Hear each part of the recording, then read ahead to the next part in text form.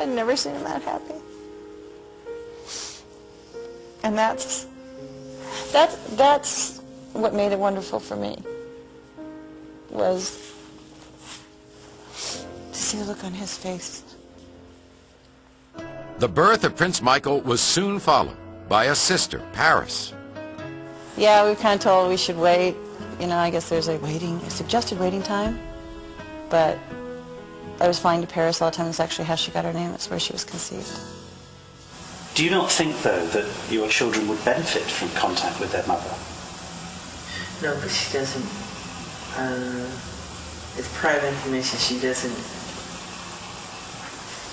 She can't handle it. She can't handle her own children? Yes, I can't reveal that because I don't want to make anybody upset. While Michael may seem reluctant to discuss Debbie's absence from their children, Debbie had no reluctance whatsoever.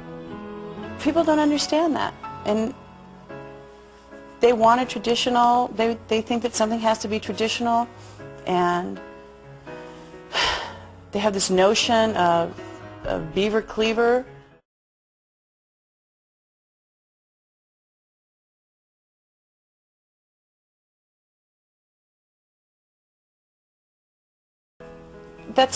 That wasn't reality in the 50s, and that's not reality, you know, in the 21st century. We have a non-traditional family, and if it makes people uncomfortable, it's a shame that they're not more open. We are a family unit. Michael and I will always be connected with the kids.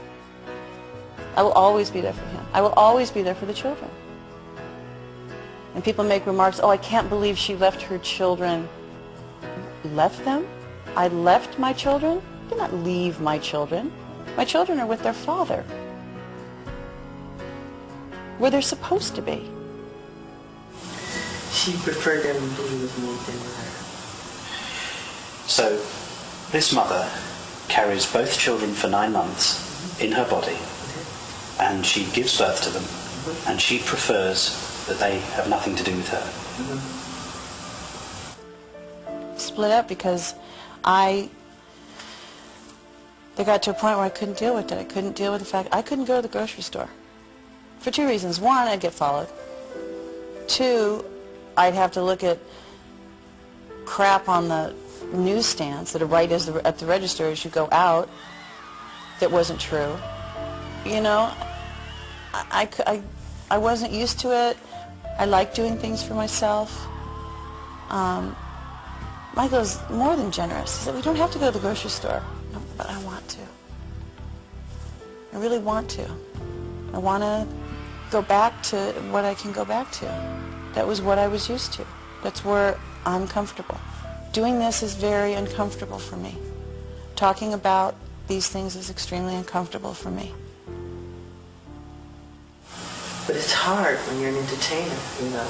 It's hard to have a marriage, and I mean, one day I'll be married again, but it's too soon. I went through 2 tough divorces. So I'm married to my fans. I'm married to God. I'm married to my children. I'm married to life. Coming up, the notorious incident that had the whole world talking.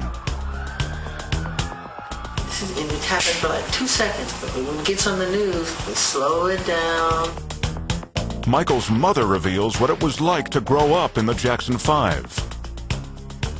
Joseph didn't beat him or anything like that. We just disciplined him out of love. And we find out why Bubbles had to go. Because since they get to an age like teenage kids do, where they want to challenge their parents. All when we return to the Michael Jackson interview. The footage you were never meant to see.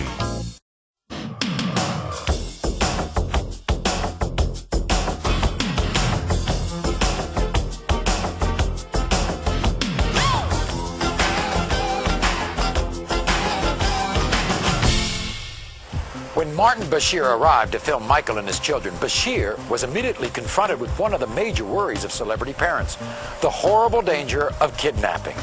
Consequently, as a security measure, public appearances by Michael's children require that their faces be hidden behind masks or veils. Because you don't let anybody see the children. Look, I don't want a Lindbergh baby. Somebody took Lindbergh's baby, Charles Lindbergh's baby, took him in the forest and burned him to death. Okay, so I don't want that to happen to my children. Bashir's repeated questioning fails to establish one important fact: whose idea it was to wear them. I obviously have some influence, as their faces are still covered. That was my request, not his. Michael's very proud of his children. I'm the one who's terrified. I'm the one who's seen the notes that someone's going to take his children. They're not. They're not. Whatever can be done, they're not. There's nothing more terrifying than looking at a piece of paper that says, I'm taking them. And I said, you know what? I wore a scarf, no big deal. Pretend it's Halloween. I don't want people seeing them. Because the press, they can be very mean. I don't want them to grow up psychologically crazy because of the evil things they could say to them. I want them to be normal. That makes sense, doesn't it? Yeah. Right? It does. It does. And I'm sure at some point he will say,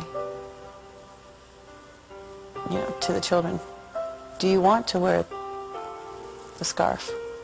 I will have immediate heart failure, you know, but, you know, he's not going to make his children do something they don't want to do. He's not that kind of a parent. Not at all. And I truly don't see why everybody focuses on that. I mean, is it a fashion statement? Are the scarves not matching? You know, we'll work on it. While some people may have a hard time with the intense security measures Michael and his family have to follow, there was one particular occurrence in Germany that had many people questioning his children's safety.